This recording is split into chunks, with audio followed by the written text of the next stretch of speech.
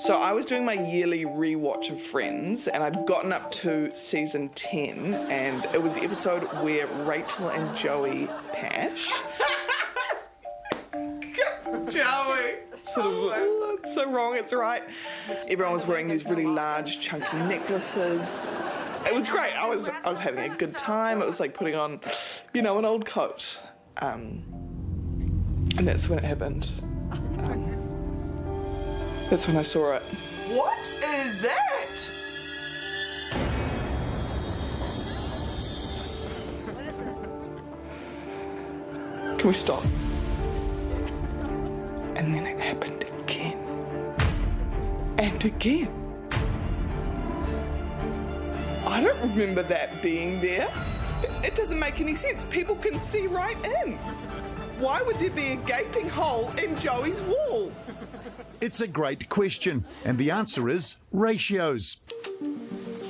Even with the advent of videotape, a lot of TV shows continued to be shot on film up to the early 2000s. Film uses the widescreen frame, that classic rectangle shape known as a 16:9 aspect ratio.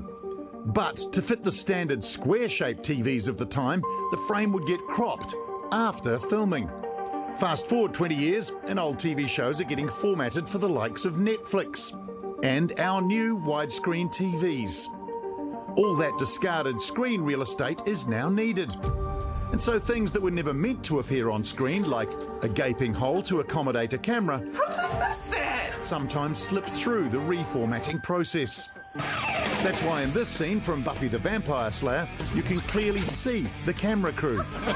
And it turns out moving film to high-definition formats reveals a whole bunch of other filmmaking secrets. Indiana Jones is quietly having lunch with his monkey in the year 1936. Or is it? Kit, the amazing alive car of Knight Rider, drives himself into a gas station. Or does he?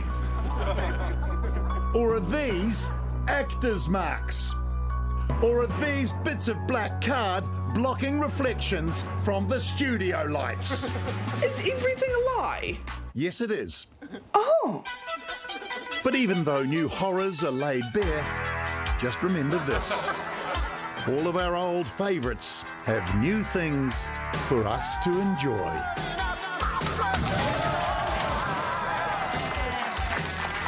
Kia ora, welcome to the project. Look, Kim Crossman's with us tonight.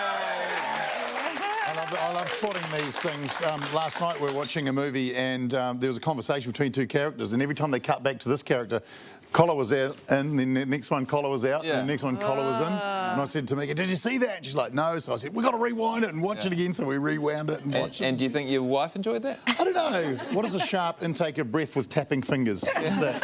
You know, continuity is really hard, though. I will say I really struggled, especially when I first started out on Shorten Street, because if you're shooting a dinner scene, you're like, oh, I'm starving, I'm going to eat food. But then you have to repeat the scene up to 20 times. And so I learned early on, and you'll notice this when you watch fast turnaround television, I was literally taught that I was allowed to bring the food to my mouth, then get the idea to talk, and so put it down, so you never actually touch the food. There's no reset. Ah, good. So you'll hardly ever see anyone actually put it in their mouth. Yeah, because unless they have a repeat, they'll be like, we've got more mashed potatoes, so only eat that. Don't touch anything else. Oh, I've never heard of this. Never heard of this Shortland Street before. Sounds interesting. Kim.